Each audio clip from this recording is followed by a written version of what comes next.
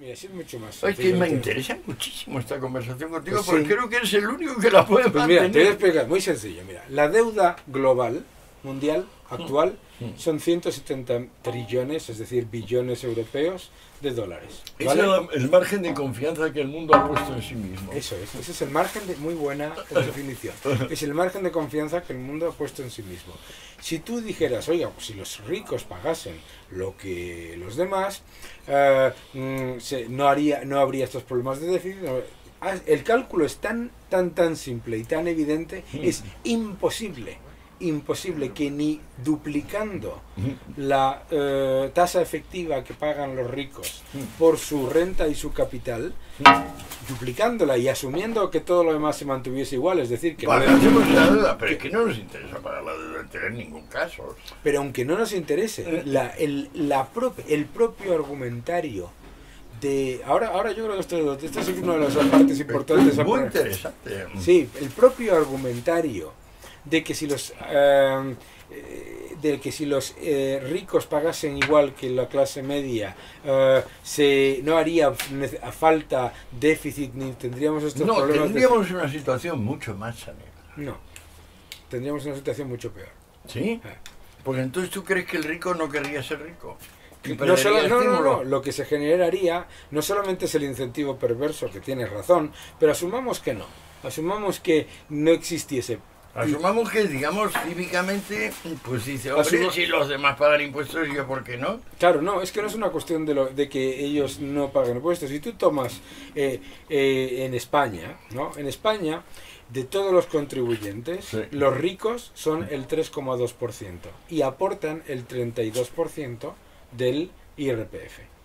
¿A través del impuesto de sociedades? A través del impuesto de la renta.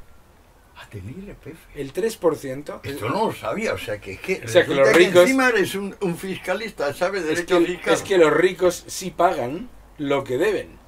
Qué maravilla. Fíjate qué curioso. Pues me acabas de abrir los ojos. Porque, claro. Estaba profundamente equivocado. Claro. ¿Por qué? Porque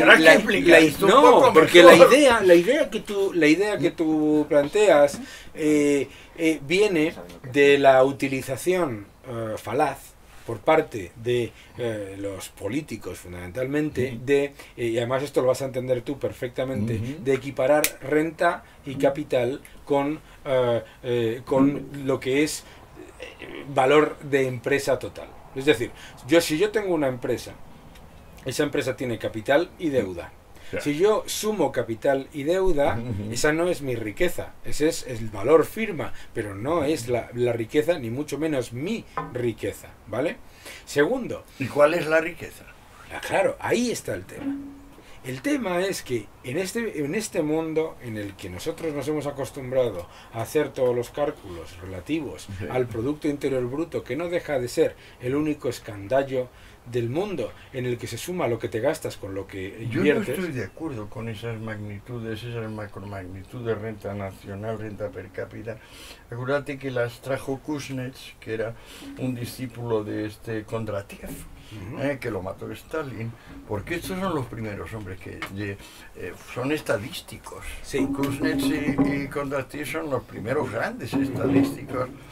Cuando Kuznets presentó al Congreso americano, tiempos de Roosevelt, porque era la mano derecha de Roosevelt, económica, le dijo al Congreso, señores, esta magnitud, renta, o sea, Producto Interior Bruto Neto, renta per cápita, estas dos magnitudes, no se piensen ustedes que tienen nada que ver con la auténtica realidad. Claro. Lo que pasa es que nos sirven como indicativos. Son indicadores. Y sobre todo, a largo plazo nos van a permitir ver dinámicas que en otro caso nos resultarían imposibles. Pero la razón es la siguiente. Cuando tú haces el análisis de la renta y del capital de una familia, es relativamente sencillo. Es relativamente sencillo porque hay un flujo de renta, que es el salario, y un capital, que es el fruto del ahorro, y a lo mejor, obviamente, de un apalancamiento, de un endeudamiento, pero bueno, hay un capital ahí razonablemente, fácilmente transferible de la renta. Sí, pero ¿cuál es la diferencia? Estás queriendo distinguirme entre asalariados, por un lado, ¿cuál es la diferencia con lo que el mundo ha denominado los ricos? Es decir, esas que Por ejemplo, el gobernador del Banco de España, con un sueldo de 12 millones anuales. el gobernador del Banco de España, con un sueldo de 12 millones, es una persona que, igual que un asalariado, está tiene un gravamen. No me imagino lo El que mismo. pagará, pero te seguro que le dan una buena caña, porque es un funcionario y no hay quien escape. Eso es. Y no puede... Pero que, adjudicar pero un que solo fíjate gasto. que cuando A hablamos, eso. pero cuando hablamos de escapar, fíjate Es que evidente que ese es un rico. Yo considero que una persona que gana 12 millones al año es rica. Bueno, yo no. Con arreglo a mi estándar, ya sé Claro. que hay gente mucho más. no, ¿sí? pero es que parte del problema en el que estamos Sí. es el de constantemente bajar el umbral de rico, ¿no? A mí me Yo sorprende. yo sé me que la refiero a ti. única forma No me de refiero a salir de ti. la miseria es que tengamos cada vez más ricos. Eso es, En más número de ricos Claro. y más ricos cada uno. claro. Eso es lo que tengo más claro que el agua, pero eso ya se sabe desde Claro. Adam Smith. Claro. Eso no ofrece problemas, ninguno. Pero- Lo que sí ofrece problemas es cómo podemos grabar un flujo de cash, porque existe el flujo de cash, que sin embargo está rodeado aquí de pagarés, allá de apalancamiento, pero que sin embargo sí hay un flujo Yo lo de llevaría cash. la pregunta a otro nivel. ¿Deberíamos grabar un flujo de caja? No, deberíamos ver cómo ese flujo es grabable como el flujo de salarios o el flujo de trabajo por renta, por Claro. cuenta propia de un tendero. O, Claro. Mm, Pero es que la diferencia es que ese flujo mm. no es un resultado, sino que es un proceso. Es decir, al contrario... Por eso es técnicamente muy difícil. Yo no No, niego. no te que digo el- que, pero tampoco, no, sobre todo es, y yo creo que Hombre, yo la parte- saqué 10 en fiscal. Te advierto que el derecho fiscal tiene Pues sus muy bien. problemas. No es nada fácil Claro que no. hacer instituciones de derecho fiscal que no sean flagrantemente absurdas. Claro, Es decir, que no sean inecuánimes. claro. Es muy difícil. Pero- Lo que se llama justicia fiscal es uno de los... Vamos, es el problema de la materia. Bueno, es que justicia fiscal es un oxímoron, ¿no? En sí mismo. Es decir, No, sí, no, porque sí, no, el fisco porque está ahí para pagar los gastos del Estado, que a su vez es el invento genial de las sociedades civiles para limitar el egoísmo subjetivo. Pero el egoísmo subjetivo. ¿Sí? Limitarlo, o sea, si Pero- lo cercenas, morimos todos Pero en el acto. hay un punto en el que pasa de supuestamente limitar ese egoísmo subjetivo y de cumplir Por un ejemplo, la efecto. gente que ha hecho un crimen horrendo, en vez de matarlos a él mismo, que es lo que han hecho durante miles de años la humanidad, uno va y encima tiene que sacar pasta para darles de comer, construir edificios, tener recluidos, tener funcionarios, etcétera, etcétera. Eso, sin el hecho de que una sociedad civil se haya convertido en un Estado, es imposible. Bien, pero si nadie está en contra, yo por lo Del menos desde Estado. luego no. Yo no estoy en contra del Estado como una decisión colectiva de la sociedad civil por la que todos colectivamente Bien. decidimos Ujú. cómo queremos vertebrar nuestra convivencia. Eso es. Y ponemos una serie de reglas y ponemos una serie de personas que nos sirven. Así es como De lo acuerdo. plantea Hegel en la filosofía del derecho y Efectivamente. me parece insuperable. Efectivamente. Ahora, ¿cuál es el problema? El problema fundamental es cuando eso que nosotros comenzamos por llamar justicia fiscal se convierte en la justificación de la represión.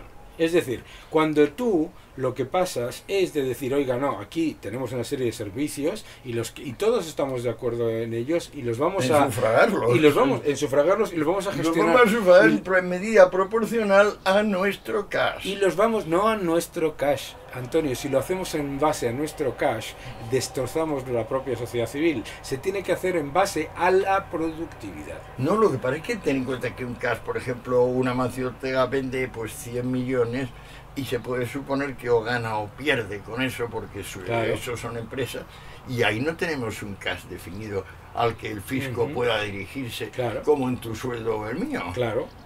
claro. En eso estamos completamente de acuerdo, pero es que todavía no tenemos un derecho fiscal lo bastante vivo, lo bastante fino, como para detectar que a pesar de que en esa venta de 100 millones que ha hecho Ortega no podemos incluir, no podemos determinar precisamente qué cash, a posteriori, al año siguiente, sí. Porque tenemos los balances de las entidades que ha vendido o Pero yo lo veo de otra comprado. manera. Yo lo veo de otra manera. Sí, porque pues por eso estamos hablando. Claro, claro, no. La razón, o sea, esta demonización... No, es que conmigo no cuente para Antonio, si yo sé que no demonizarlo. estamos hablando de ti. Estoy hablando de la sociedad actual que se ha convertido en esta especie de Pero justificación el valor, del Daniel, es que expolio. hablemos tú y yo, no que No, yo sea pero el representante de los ¿cuál es demonizadores. primero, datos empíricos? Esto. Los 170 billones de dólares de deuda que existen en el mundo actualmente, aunque tú confiscases el 100% de la renta y del capital del porcentaje más rico de la sociedad, Pero no Daniel, se pagarías. acabaría el mundo. No, pero- eso es lo mismo que echarle 5.000, 50.000 millones de bombas Eso es. atómicas Pero sobre y acabaríamos con el mundo. Pero si sobre hiciera todo, eso. hay un punto en el que nosotros lo que tenemos que empezar a pensar en cuanto a la vertebración de la sociedad y de ese estado que ofrece nuestros servicios es el de la eficiencia y el de los servicios que presta, no el de Por supuesto. no el de justificar nosotros. Y tú imagínatelo desde el punto de vista de Claro, no, y coges y subes los impuestos para hacer unos servicios que en realidad no son servicios. No son Por ejemplo, servicios, la famosa Cooperación Internacional de Zapatero.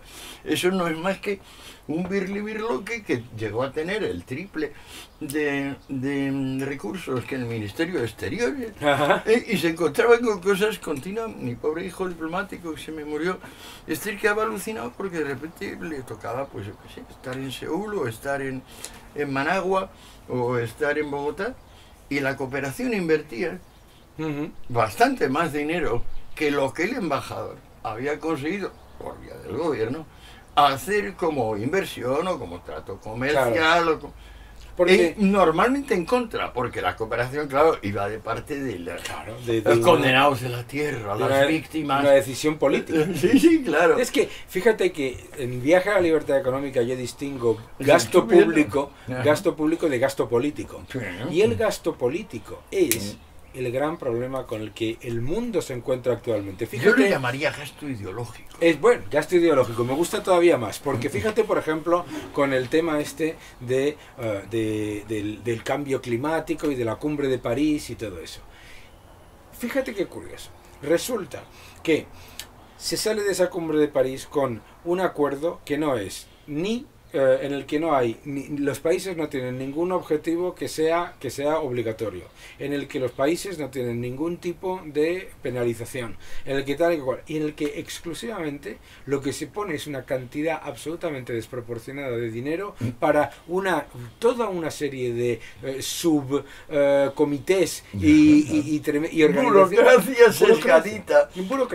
Burocracia sesgadita, porque Claro. no es burocracia, digamos, imparcial. Es burocracia victimista. Es burocracia, es la burocracia que decía Thomas Sowell, que decía que la burocracia es un animal que se da luz a sí mismo y luego pide baja por maternidad.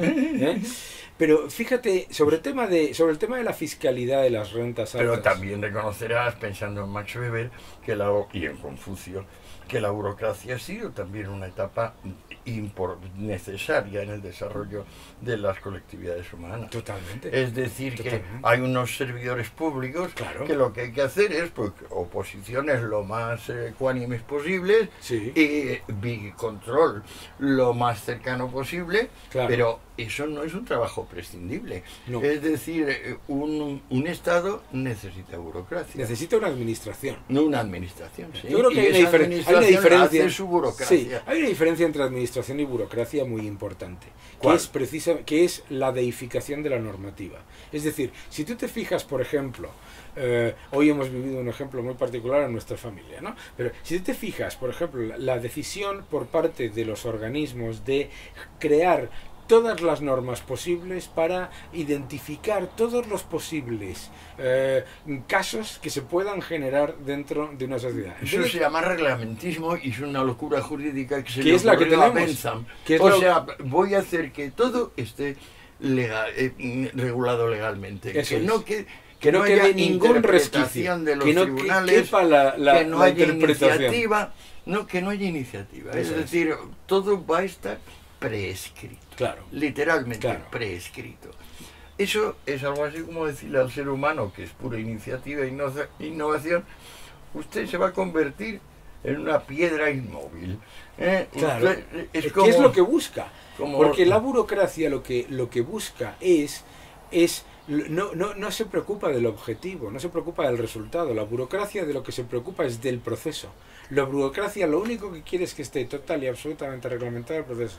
Ayer en una reunión, estaba en una reunión de un grupo de expertos, de grandes cerebros, y me invitaron a mí, yo creo que para equilibrar, grandes expertos, y entonces hablaban y decían, porque lo que hace falta es una planificación al año 2030, y decía otro, hombre, al 2030 es que eso deja mucho a la incertidumbre, habría que hacer una planificación al 2050. Y yo dije, hombre, no, yo creo que ya que nos lo planteamos, una planificación al 3000.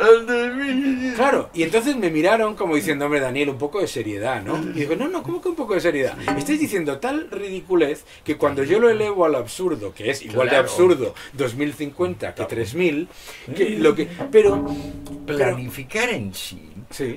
Hay una forma de planificar como la que hizo en mi juicio ejemplarmente el Plan Marshall, que fue decir, mire usted, estas líneas de desarrollo me parecen adecuadas y voy a darles créditos especialmente blandos a estas ramas de desarrollo. Por lo demás, hagan ustedes lo que quieran, sean autónomos y procuren que los actuales pactos bilaterales que van del dinero americano luego a los alemanes, a los ingleses, a los holandeses, tal, ustedes pronto, lo antes posible, hagan tratos multilaterales, es decir, que ya no sean pasas. Justamente ese año, el Plan Marshall, se crea el Comecon, donde están prohibidos los tratos bilaterales, donde, por ejemplo, la zona de frontera de Hungría y Bulgaria, pues naturalmente los comerciantes limítrofes llevaban a lo mejor miles de años. Ya entendiéndose, no, ya no. Entonces ya no. Claro, entonces hay que irse a Moscú con aquello y volverá de Moscú a lo que está a 5 o 10 kilómetros de donde estaba.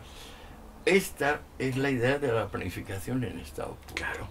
O sea, no se dan cuenta de que el ser humano es innovador y que si tú le quitas la iniciativa, le quitas la fuente de riqueza. O sea, a mi juicio, el factor que realmente define el valor no es nada sólido, tangible, ni mucho menos inmuebles. El valor es la capacidad que tiene un ser humano de hacer más barato algo que se hacía más caro. Que se hacía más caro y que se hacía más. Y eso además, es el valor. Y la idea de los estados de pensar que fíjate, tú has dicho una cosa interesante, ¿no? Que es la percepción esta de una falta de empatía, una falta de solidaridad en el individuo que el Estado debe cubrir. Fíjate qué curioso esta reacción que estamos... decía el límite del egoísmo subjetivo. El egoísmo subjetivo. Y fíjate que no hay mayor egoísmo subjetivo que el que tiene una persona que toma el poder y que no tiene ningún tipo de responsabilidad personal. El autócrata, ¿te refieres al autócrata? Claro, entonces... Fíjate qué interesante en esta época que estamos viviendo, en la que se genera ese rechazo a lo que se ha llamado globalización. ¿Y por qué se genera ese rechazo a la globalización? No porque la gente perciba que hay algo negativo en el comercio internacional y en que busquemos la mejor manera entre que tú y yo comercemos, ¿no? Sino porque se traslada la decisión completa de cómo se vertebra ese comercio global a unos entes supranacionales liderados por unos burócratas y unos señores que, además de tener un incentivo perverso en que las cosas continúen siendo como en el statu quo, tienen los recursos de los demás, es decir, son solidarios con el dinero de los demás. Entonces a mí me gusta, cuando vas a Estados Unidos, me gusta cuando se diferencia entre globalización y globalismo, que no es lo mismo. Como decían, ¿por qué? Porque dicen, no es lo mismo decir, oiga, ¿por qué tiene que haber un ente supranacional, sea Bruselas, o sea la cumbre de París, o sea la ONU, o lo que sea, que decida de esa manera? cuál es el resultado que ha generado ese rechazo? Por definición, cuando se traslada el poder de decisión a esos entes supranacionales que tienen por definición intereses políticos en mantener lo que está actualmente, son en sí mismos los entes más conservadores del mundo, porque lo que quieren es perpetuar lo que tienen ahora mismo. ¿Qué es lo que ocurre? Que en vez de potenciarse el comercio global, la iniciativa individual, que las pequeñas y medianas empresas crezcan, etcétera, etcétera, etcétera, ¿qué es lo que ocurre? Que se promociona el rentismo. Se promociona a los mal llamados campeones nacionales, a las empresas estatales, a aquellos sectores que se benefician de la subvención implícita que supone la devaluación, la bajada de tipos de interés. Pero tú ves etcétera. en la globalización de las burocrática, o sea, por ejemplo, en entes como los que crean tratados como el que creó la NATO, o como la Unión Europea, o lo que haya de equivalente en Asia, tú lo ves separable de que la eficiencia ha conseguido hacer que la empresa nacional se convirtiese en multinacional. No lo veo separado, lo veo simplemente... Yo lo veo paralelo. Es paralelo. Es decir, el hecho de que Sí, la es cierto. eficiencia empresarial ha llegado a crear empresas del planeta entero que se deslocalizan por sistema, es lo mismo que los países de ser pues la pelea permanente entre Francia e Inglaterra, Claro. que ya estuvieron 400 años guerreando, Claro. o si no, luego de repente, no, vamos a guerrear los ingleses y los franceses contra los alemanes, que también lo hicieron durante Claro. 50 años más. No, es decir, vamos a llegar a entes, digamos, de paz, centrados básicamente en la cuestión económica, donde nadie se mete en la ideología, donde cada país se regula ideológicamente como le da en gana, Sí. y finalmente tenemos un mundo dividido en dos sistemas que, a mi juicio, funcionan. Uno es el que tiene seguridad social, como Sí. la Unión Europea, aunque signifique que de cada 4 euros 3 vayan para la seguridad social, y otro que, bueno, la gente gana mucho más, como el de los Estados Unidos, porque la presión fiscal es inferior. Pero ¿por qué pueden los americanos tener ese sistema y tenemos seguridad social en Europa? Pues porque el rencor en Europa es mucho más alto. Porque hay al menos un 10% de voto comunista permanente en los últimos 200 años. Ya. Y en los Estados Unidos no hay ni 1% de voto comunista, mejor dicho, hay un 0,03, y está cuantificado el voto comunista norteamericano. Entonces, no hay que dar de comer al resentimiento, no hay que dar de comer al victimismo. Y al mismo tiempo que montamos instituciones de seguros sociales múltiples, incluso como por ejemplo el sistema de seguridad social alemán es impresionante. Por ejemplo, no solo permite que tú elijas médico, sino que ese médico que tú has elegido puede perfectamente ser un indocumentado, un charlatán, que cobre lo mismo que un diplomado. Pues bueno, eso lo admite el sistema alemán. Y Bajo eso es copago, una pela con bestial. copago, por supuesto, con copago, sí. con copago. Es que Sí. yo creo que, no, yo creo que desde el punto de vista de los sistemas, yo creo Hay que tomar en cuenta que la economía en parte tiene siempre una deuda con la política. Es decir, cuánto hay en cada territorio de personas que miran el futuro con cierto optimismo, como mínimo con energía, y deseando ser fuertes, y otros que no, que canonizan la debilidad, Claro. que están encantados básicamente de que les vaya mal a aquellos a quienes son. Claro, claro. Puesto que el centro de su anímico tiene una proporción de odio mucho mayor que el otro. No, pero sobre todo tiene una necesidad política, que es mantener la pobreza, crear rehenes. Claro, muy importante. Es muy importante. Es decir, estos salvadores de la patria que hablan todo el día de los pobres y de redistribuir y de no sé cuántos, no existen sin la pobreza, ¿no? Decía Ronald Reagan que... No, están aterrados. Claro, ante el decía hecho de que Ronald se Reagan, está reduciendo claro, como se reduce. Eso es, claro. El libro Por de- eso, de cuanto Angus cuanto mejor va la Unión Europea, más agresivos se están volviendo. Sí. Porque mientras se escudaban en el manto confortable de la crisis, podían echarle la culpa al sistema, pero cuando de repente resulta que las cosas empiezan a mejorar, el mensaje se radicaliza. Decía Ronald Reagan que el estado de bienestar no se debía medir por lo que se gasta, sino por el número de personas que no lo utilizan. Sí. Eso es el Yo, verdadero por ejemplo, estado del bienestar. no he estado ¿no? nunca en un hospital. Mm. Tengo 76 años, voy a cumplir en unos días. Te has hecho No un he estado chaval. nunca en Sí, un sí. hospital. No voy al médico hace 50 años, ni Ujú. me analizo hace Ujú. 50 años.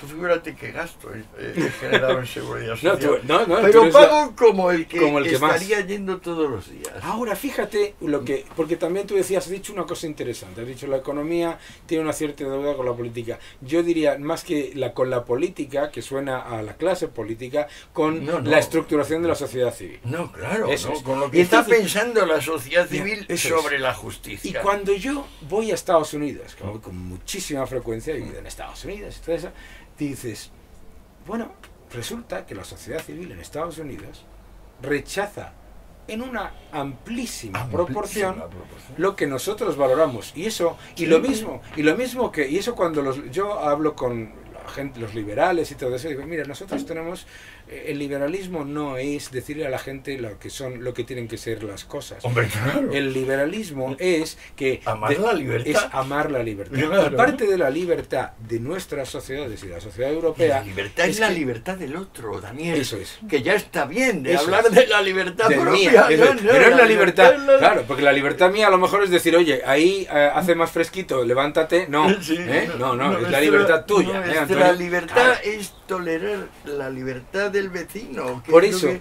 que- y la libertad incluye el hecho de que las sociedades europeas han decidido colectivamente, con toda una historia de confrontación y de luego buscar una solución, el tener unos sistemas de apoyo social, como la seguridad social, etc. Bien, pues lo que tenemos que hacer una vez que como sociedad civil hemos construido eso, ¿eh? ¿Qué esto pasa? Ah, perdón. Bueno, esto va, esto Lleva es- el coche. Sí, perdona. Tienes que moverme y Sí, que vea. perdón. Ah, no, y yo voy a aprovechar para echar Pues más eso, atrás. aprovecha y No seguimos. digas que yo- Pues mira, fíjate una cosa que decían que el comunismo es un sistema tan malo que ni los alemanes fueron capaces de hacerlo funcionar. Y los alemanes. Claro, Bueno, pues es verdad, el pero régimen es que- nazi era comunista.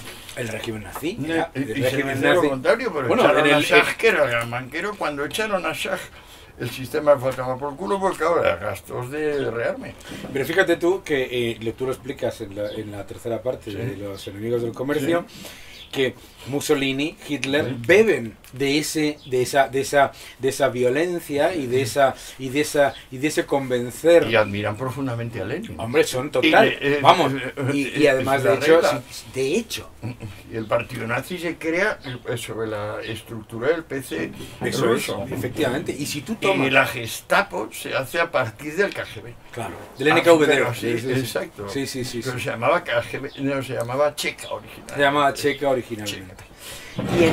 Pero fíjate que lo que es importante también es porque, claro, la tentación colectivista, bueno, pues se genera en las sociedades porque se parte del buenismo, de que va a venir un salvador mesiánico, ese señor, Es básico. el mesianismo No, pero social. sobre todo, ese va a venir para poner a los últimos primeros. Eso es.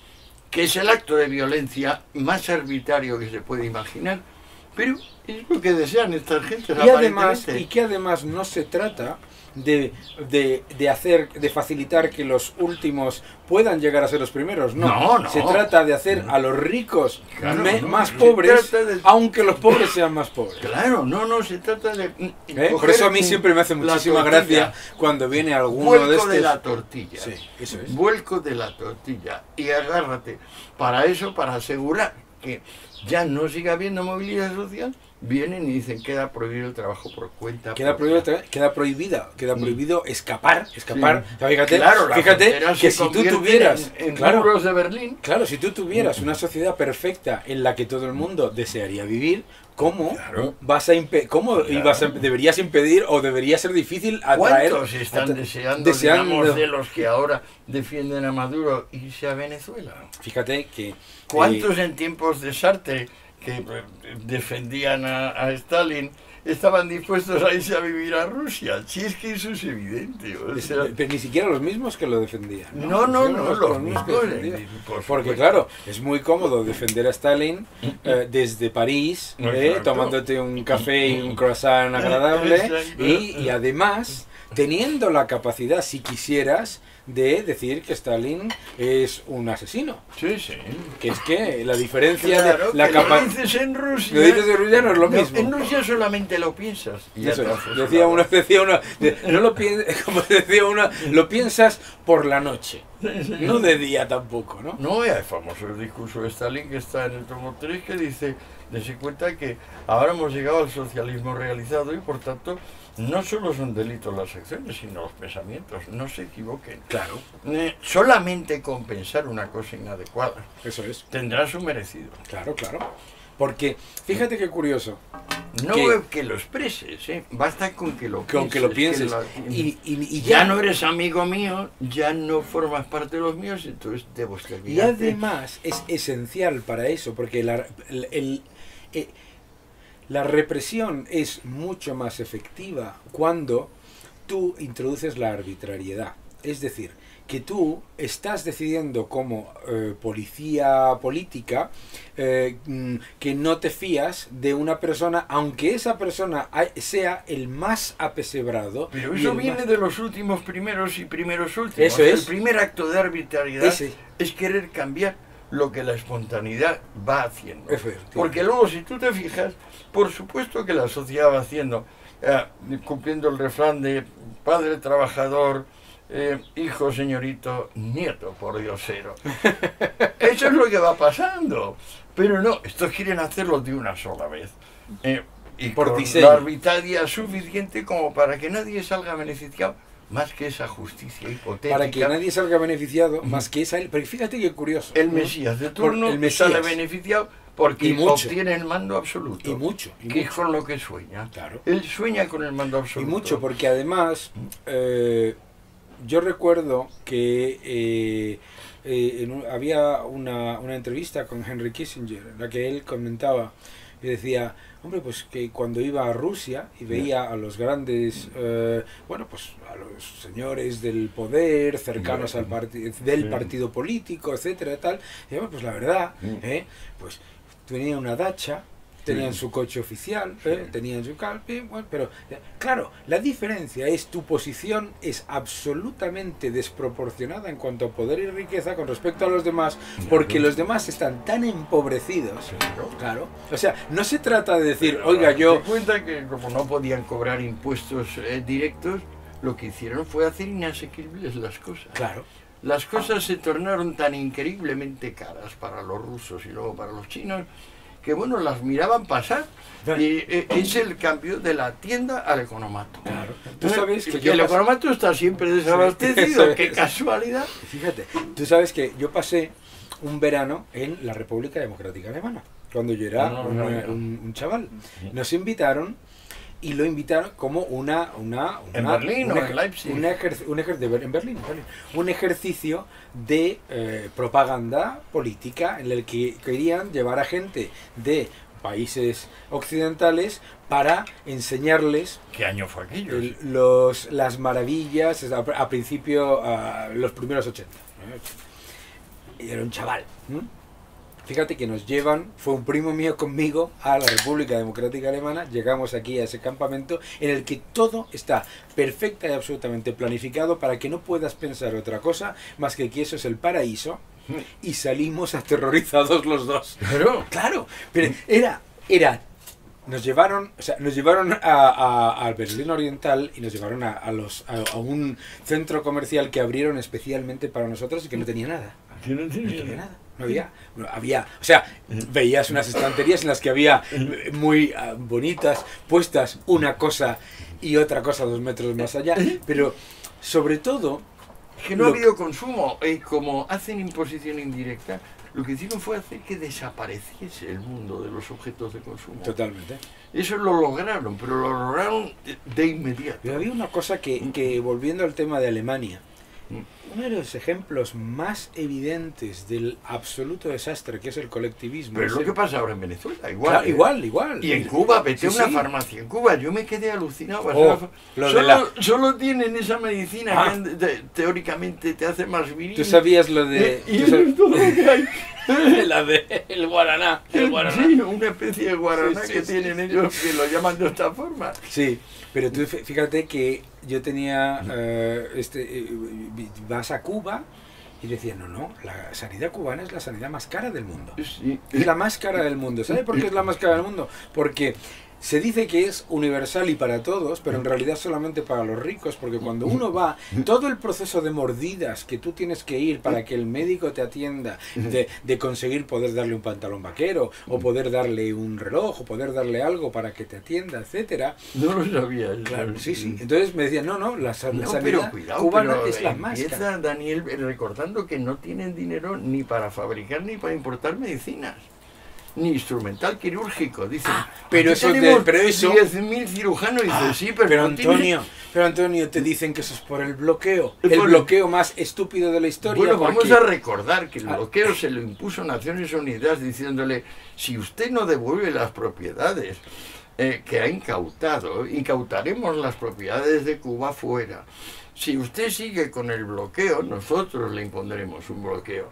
La única forma que tiene Cuba de acabar con el bloqueo es acabar con su bloqueo a la propiedad privada. Es la única. Claro.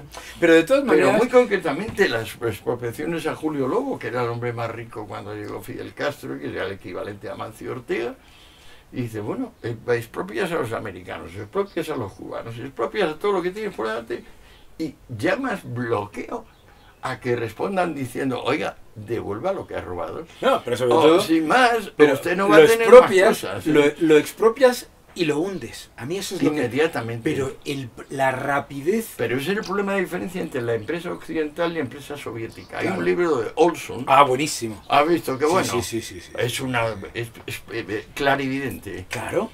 Porque en el momento en el que tú... Bueno, es que nacen de subvención y luego rápidamente se quedan sin subvención y, y se convierte, entonces dice, no, pues nosotros vamos a llevar a cabo una empresa sin criterio economicista. Sin criterio economicista significa que el capital circulante se me lleva por delante a la empresa, claro, que es lo que pasa. No tiene en cuenta resultados, bueno, porque además con eso fijan precios. Un día te voy a enseñar que es maravilloso. El del cálculo de costes y cálculo de precios. Al fijar tú los precios por decreto, de repente ya es imposible saber realmente qué vale cada cosa en cada momento. Claro.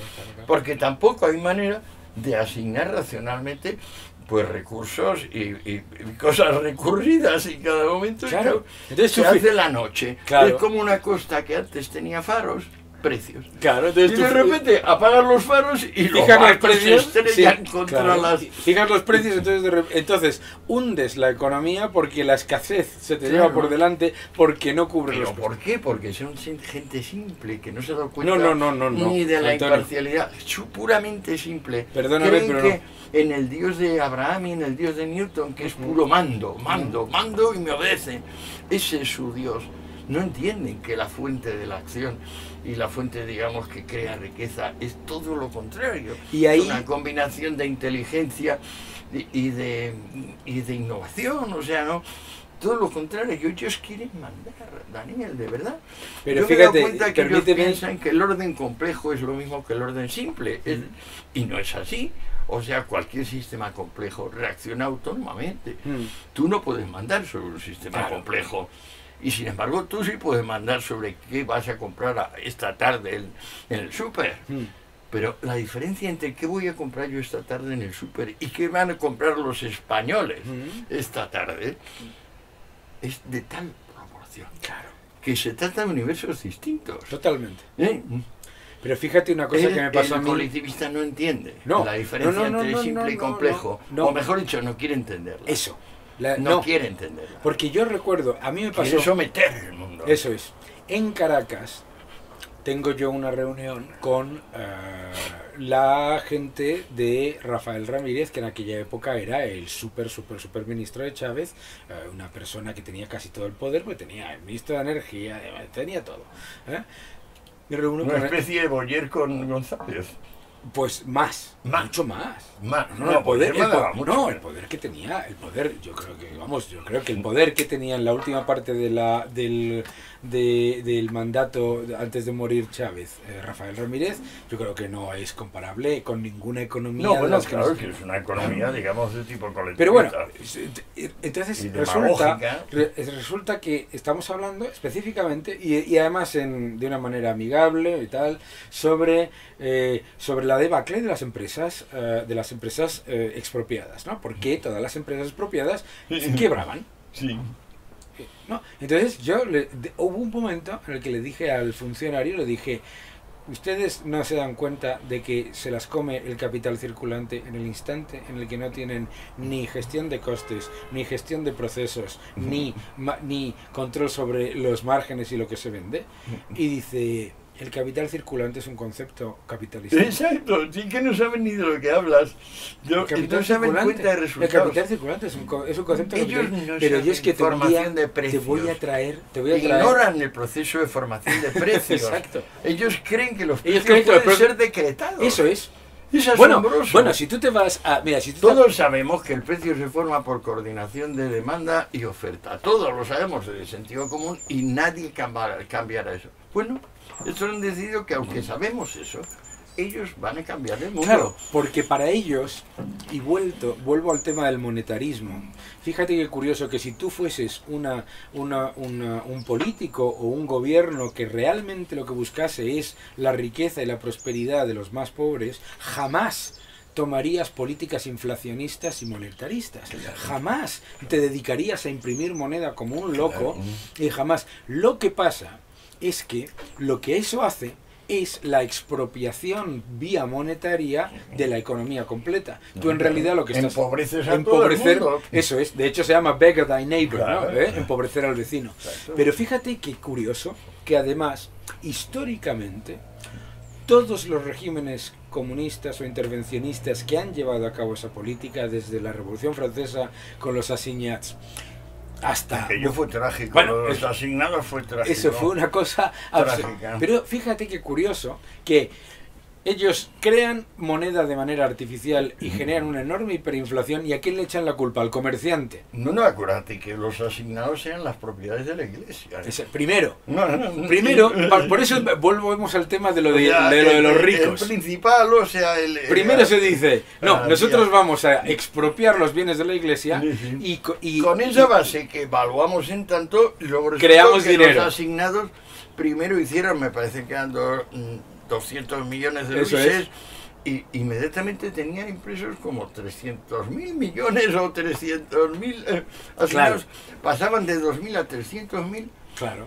La misma cosa, teniendo el mismo principal de referencia, la misma garantía. No había cambiado la garantía, pero habían subido los asignados 35 veces.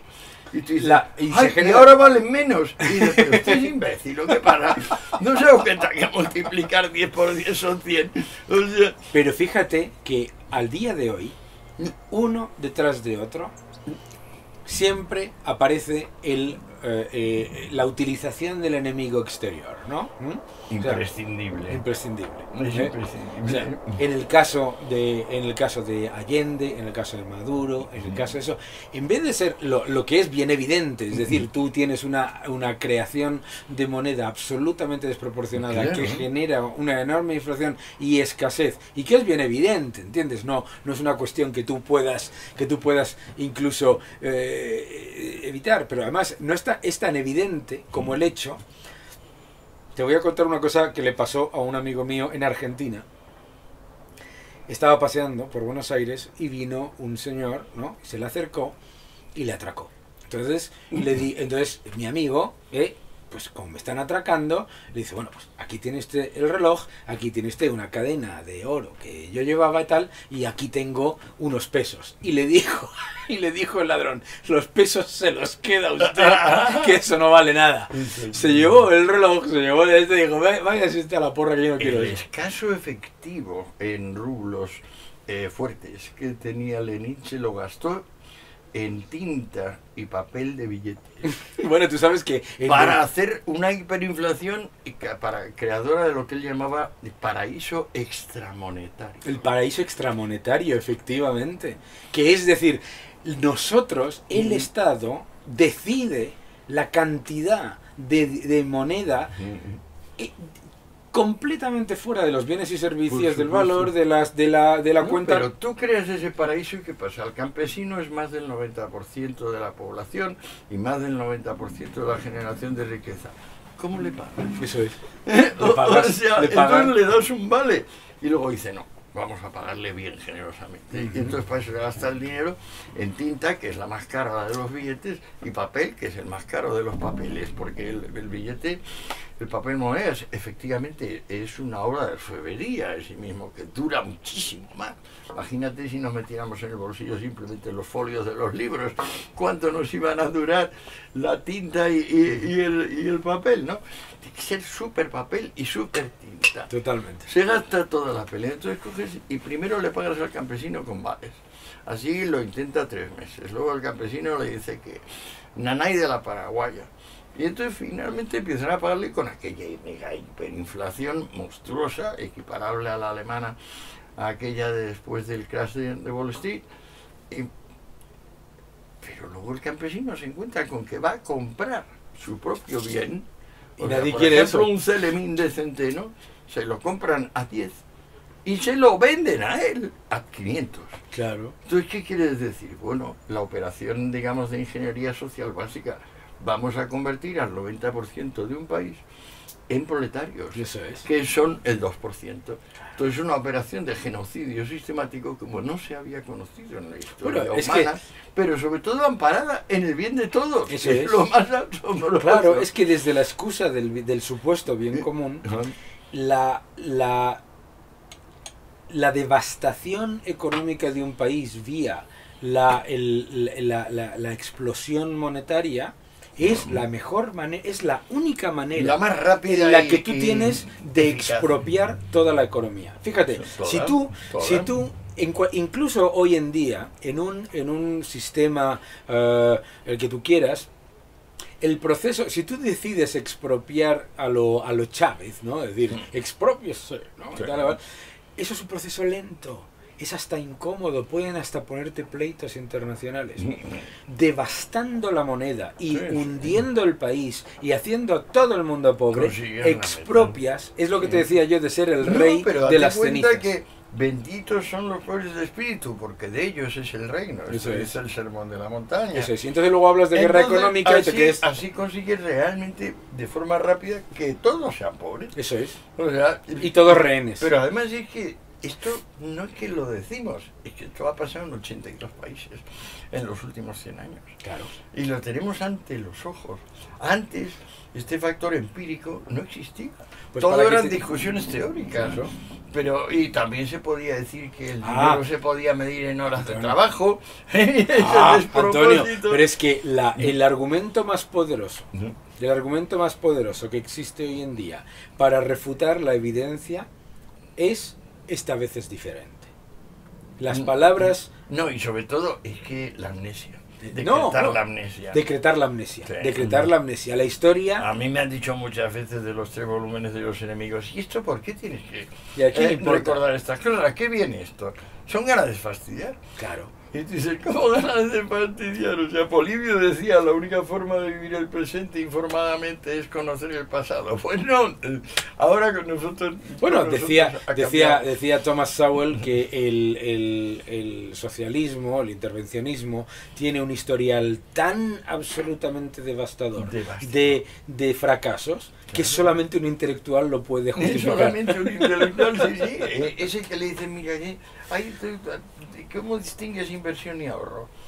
Y ya inmediatamente queda mudo porque es que ni siquiera se ha planteado inversión ni ahorro, No. conceptos. Claro, Entonces, porque ¿qué, solo ¿qué existe... me estás diciendo? Es como abracadabra. Abracadabra. Ábrete Shazam. Ábrete Shazam. Sí, sí. Claro, pero fíjate que la importancia que tiene la utilización de los símbolos del buenismo, del bien social, de todos juntos, de no sé qué, de vosotros contra nosotros, de ellos contra tal y que cual, para acaparar el poder de forma absoluta desde el mesianismo, porque claro... Nunca se había visto una concentración de poder como la que logró Lenin. Nunca. Nunca. En ese Bueno, se le puede cuando hablaban del zar... un genio claro, de la historia universal, porque la estructura tan increíblemente prolija que son los consejos soviéticos, eso es increíble. Es la gran apariencia de que todo el mundo está todo el tiempo votando sin que nadie pueda votar nada. Eso es.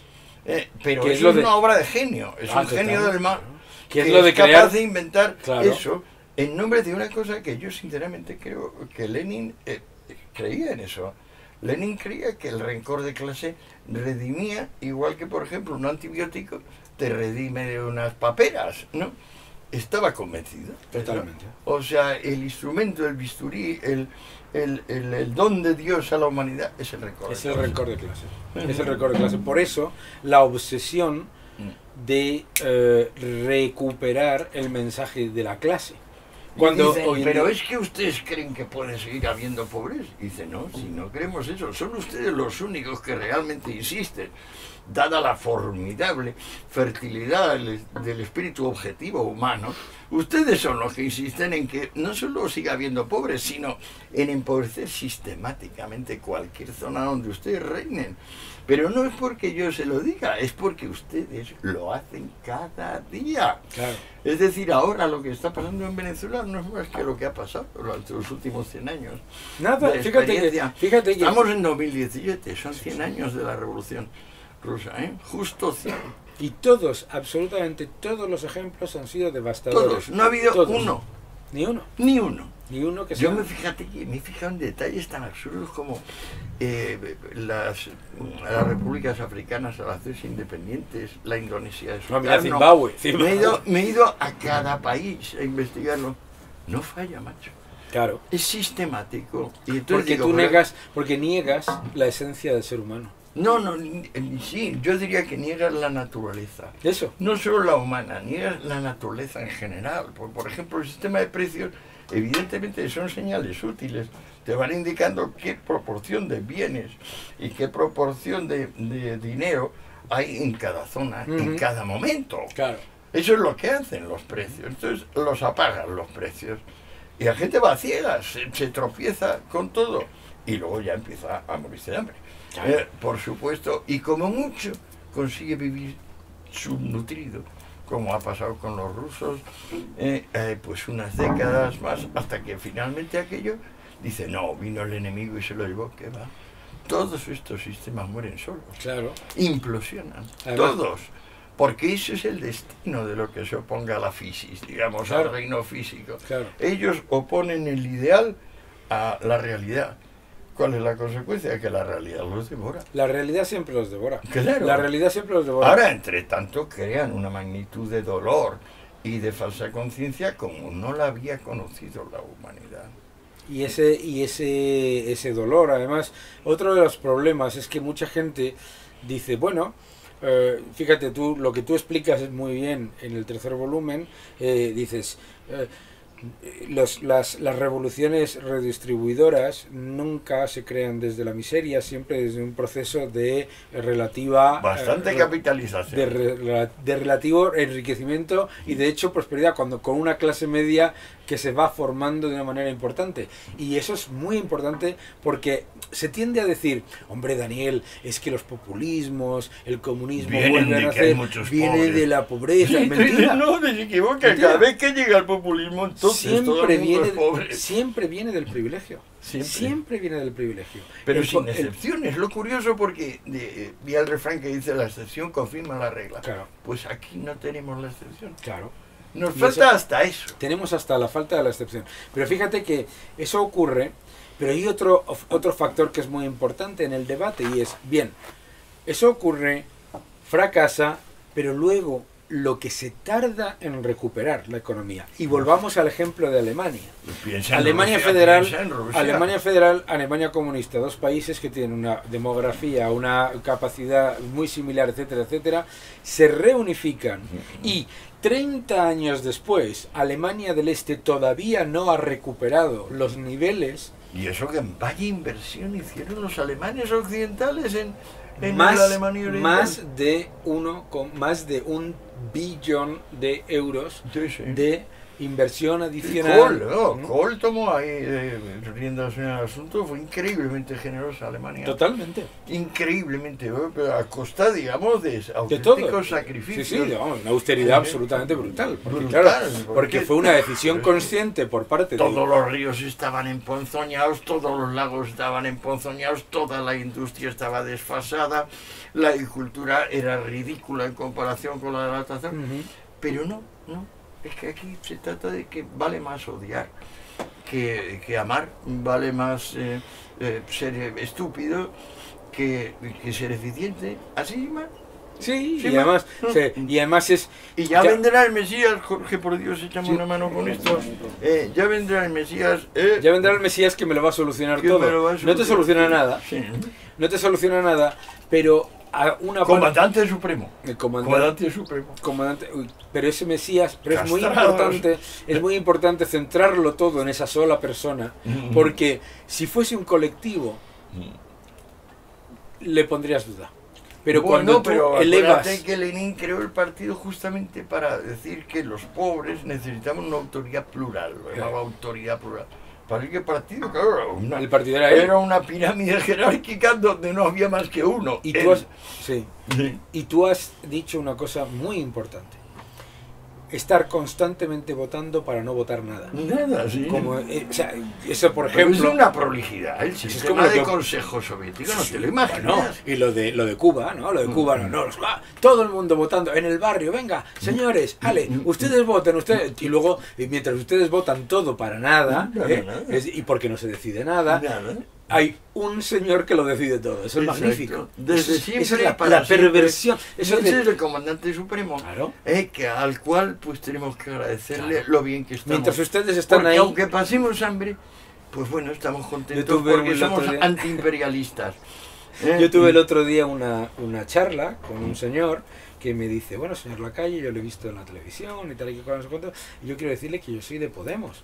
Y bueno, pues yo en mi círculo, pues nosotros debatimos, yo digo lo que quiero y vamos votando y la gente vota cosas distintas y tal y todo eso, y yo creo que eso es democracia participativa. Y le dije, ¿cuántas de esas cosas que han ustedes votado han ido a la parte de los que mandan y están en el Parlamento? Planteadas como proyectos de Como ley. proyecto? ¿Cuántas? Y dice, Más, hombre, pues la verdad no lo sé. Y le digo, se lo digo perdona, yo, A este cero. le ves aclarar. Dice, mire usted la parte que ha escoltado a la función de la CLAC en las asambleas. Mm. La CLAC Absoluto. era una institución ya importante en Grecia y Roma. Sí, sí. Los gobernadores romanos estaban obligados a presentar al emperador todos los años un informe sobre las clacs de los teatros, de los hipódromos, de los circos. ¿Por qué? Porque la clac es una forma de manipular las asambleas. Claro. Es decir, 10 hombres bien distribuidos. Claro. Pero esto lo hemos hecho en el PC yo mismo. Bueno, en la Facultad de Derecho Bueno, y en la lo ha hecho cualquiera que se haya Y si presentado situamos a delegado de clase. Dos en aquel lado, tres en el otro, que abucheaban, aplaudían. Y claro, esto arrastra, porque el ser humano es gregario en gran Claro, medida. claro. Es asombroso. Es asombroso. Es asombroso. Entonces, tú Pero claro, cuando tú les dices la clac, dice, ¿qué es la clac? Nadie sabe lo que es. No, algunos saben lo que es la clac, pues todavía en los teatros, los que estrenan siempre se llevan Siempre su llevan unos clac cuantos que... para que no... ¡Bravo! Claro. ¡Bravo! Ahí está. Incluso puede haber clacs de abucheo. Yo no sé si te acuerdas, Jorge, que había como Sí. 6 o 7 tipos de abuchadores. Sí, claro. Los, No, no, no. los aulladores, los No, llorones... tenías No, y que tenías silba. ¿cómo eran? Los que... El director de CLAC, ese es el primero. Luego Eso es. tenía su ayudante. ¿Y Y a tú? partir de ahí ya los especializados. Pero luego tenías los que estaban, los abucheadores, cuyo objetivo era generar el odio en los demás. Es decir, no los que decían ¡bu!, sino los que decían ¡traidor! ¿Te acuerdas? ¿No? Los que decían... Estaban subdivididos. claro, también. que es muy diferente. No es lo mismo decir ¡no estoy de acuerdo! ¡Mentira! A decir ¡traidor! No es lo mismo. A Justiniano estuvieron a punto de matarle en aquella famosa revuelta de la Nica. Lo salvó de milagro la vida. Fue un hipódromo, empezó con una CLAC. ¿Verdad? Y de repente la gente se indignó, salió del hipódromo, ya 80.000 personas pueblo, empezaron a quemar cosas, se fueron al palacio. De milagro salvó la vida. Qué increíble. Pero fíjate que nos encontramos en una circunstancia... He dicho Constantino, era Justiniano. Has dicho Justiniano, ¿no? Ah, era Justiniano. Sí, no. Nos encontramos en un entorno en el que, claro, obviamente, como cualquier sistema, no existen los sistemas perfectos, como cualquier sistema, pues el capitalismo tiene pues sus errores, sus aciertos, sus cosas positivas, sus cosas negativas, todo. Pero fíjate qué curioso que se ha llegado a una situación tan absolutamente demencial como que se consideren errores del capitalismo a cosas que son directamente decisiones de intervención absoluta, como son las políticas de demanda. Es decir, o sea, resulta que se llama un error del capitalismo a una cosa que es una decisión consciente de forzar una demanda artificial, sea vía bajadas brutales de tipos de interés o aumentos enormes de la liquidez, ¿eh? Y entonces luego dicen la culpa es del mercado. O sea, es como si yo te digo a ti ahora mismo, oye, aquí una cervecita, y luego digo, ¡hala! El borracho, ¿no? Bueno, yo creo que lo único que se le puede atribuir al capitalismo como diferencia de lo que podríamos llamar realidad, es decir, estado de cosas alcanzado Sí. por la humanidad en cada momento del tiempo, porque el capitalismo es una constante, salvo esta locura de los últimos 100 años que ya ellos mismos han autoimplosionado o están autoimplosionando, salvo esto, el capitalismo antes lo que pasa es que era capitalismo de Estado, es decir, el emperador de China es propietario Claro. de China, de cada bien. Claro. Igual Carlomagno era el propietario de cada bien que había en su Europa.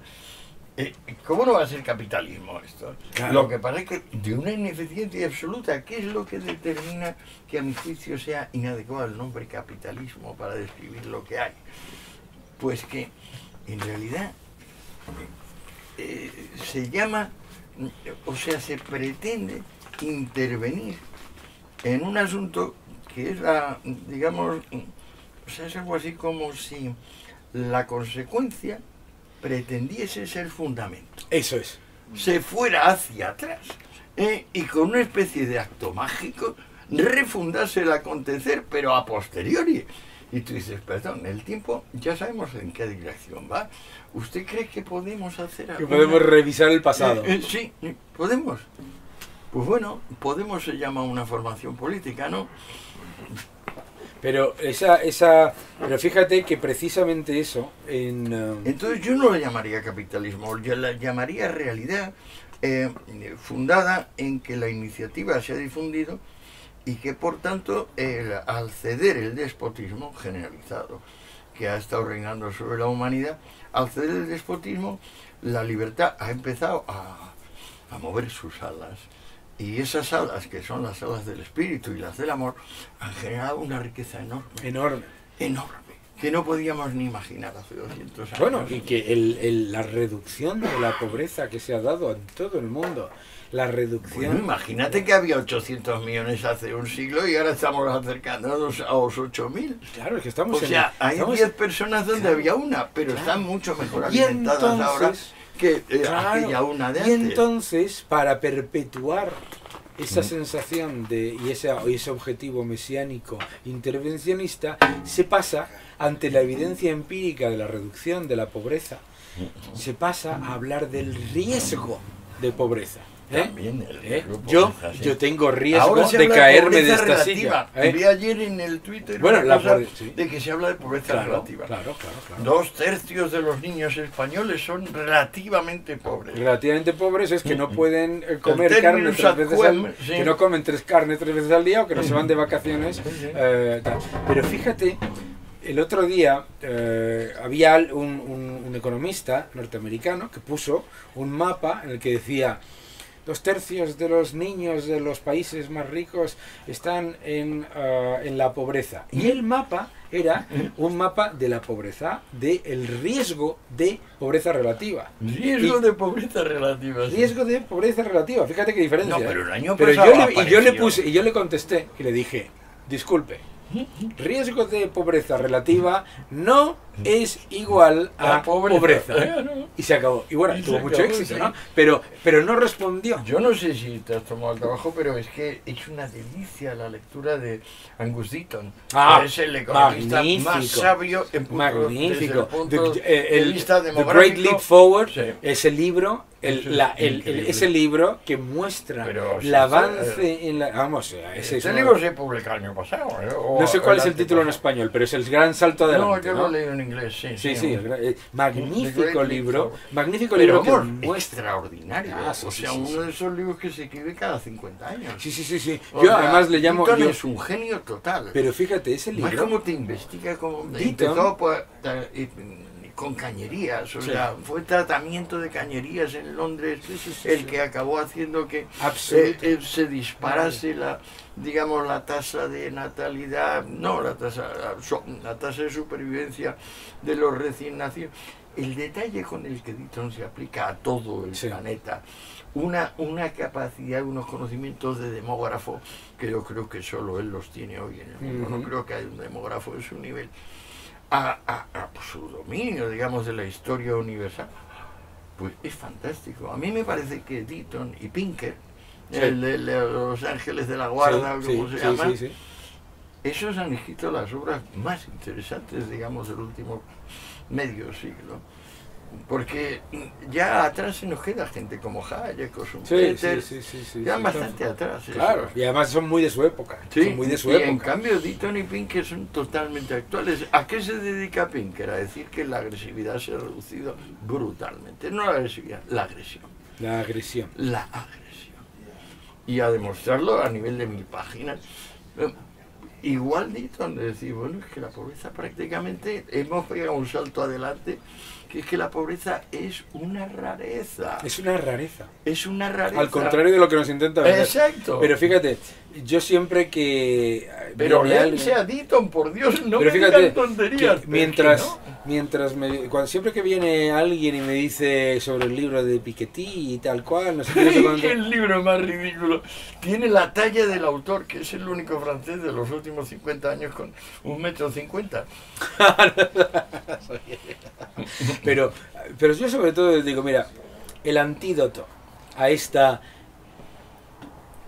Primero, a esta completa invención, porque es que es ni siquiera, o sea, se inventa una serie de baremos de crecimiento de riqueza que simplemente viéndote la lista de los más ricos de Forbes desde 1990 al año 2017 ves que no es cierto, porque en el año 90 el top 10 tenía 7, 8 japoneses y hoy no tienes ninguno, etcétera. O sea, No, pero es que la movilidad no quieren verla. O sea, el problema de estas actitudes es que son fijistas. Totalmente. Es decir, es una física fijista donde no existe la transición, no existe el movimiento. Claro, no existe son el fotos ciclo. fijas, Claro, y además porque niegan el normalmente ciclo. trucadas, como hacía Stalin, es decir, metía a una persona, la sacaba de la foto, Claro. foto finish, Claro. en este caso. Porque fíjate Pero una cosa no hay dinamismo. divertidísima del libro de Piketty, ¿no? El libro de Piketty habla sobre la Yo lo vi, perpetuación... lo estuve ojeando en la librería y dije... Pobre Dios hombre, mío. qué pérdida de tiempo. Pero bueno, también. Pero lo que pero una de las cosas que alucina es que una persona que dice que Y luego ya vi en YouTube y digo, carajo, en Francia no había nacido un señor de esta talla, probablemente en 50 años. Es un caso de cretinismo, pero ya físico. Pero sobre todo es un caso de manipulación tan evidente. Porque fíjate, tú dices, oiga, es que la riqueza crece exponencialmente y crece con un factor que él se inventa, por supuesto, y que no, y en todo el libro no aparece. Sí, que lo puede llamar la constante D, si quieres, de Daniel, pero bueno. Que crece exponencialmente con un factor constante, etcétera, que por lo tanto, y luego dices, pues si esa es la cosa, tendríamos que privatizar la seguridad social. Sí. Porque claro, si la riqueza, lo que tendríamos... No, pero sí es incoherencia, Daniel. Claro. Tú no le puedes pedir que esa gente, como esta gente parte de la idea que va a sustituir el fundamento, que es lo único que nos viene dado, pues ellos no, ellos van a hacer la operación inaudita, físicamente imposible, y ahí se ve su idealismo profundo, claro. Que es que no comprenden la diferencia entre simple y complejo, y tampoco la diferencia entre mundo ideal y mundo real. Totalmente. O sea, es la misma cuestión, pero además todo es voluntad, pero encima es mala voluntad. Es mala voluntad. Es ganas de que otro lo pase mal, o sea, ganas de que otro sufra, porque así voy a ir yo mejor, teóricamente, claro. Dices, mira, no, en una entrevista le preguntaban al actual líder del partido. Fíjate cómo se puede ser anti algo. Pues bueno, llevan 100 años siendo antiimperialistas. Entonces, el único imperio que ha habido en el siglo XX es la Unión Soviética. A ver si ustedes lo ven clarito. Pues bueno, la Unión Soviética es antiimperialista. Nació antiimperialista. Es un imperio antiimperialista. Bueno, a ustedes les gusta manipular el lenguaje, ¿no? Les gusta mucho. Pero ¿qué hay detrás? Pues mucho odio, mucha rabia, aparte de mucha ignorancia. Pero sobre todo... Pero ni con eso. Una combinación de ignorancia y arrogancia. Porque claro, dices, el objetivo fundamental aquí es... El objetivo número uno es la redistribución. Y dices, bueno, vamos a ver, ¿cómo puedes pensar como objetivo? La redistribución no es un objetivo. La redistribución será como mucho una consecuencia de un proceso de creación y primero. No, pero acuérdate que Gladstone, que es el gran primer ministro liberal inglés, siempre hablaba del sistema fiscal, solo tiene una posible vía de justicia, porque si no es una gana de tocar las pelotas a la gente, quitarle el dinero del bolsillo. La única justificación que tiene es redistribuir la renta de manera que los más necesitados vayan teniendo lo que necesitan.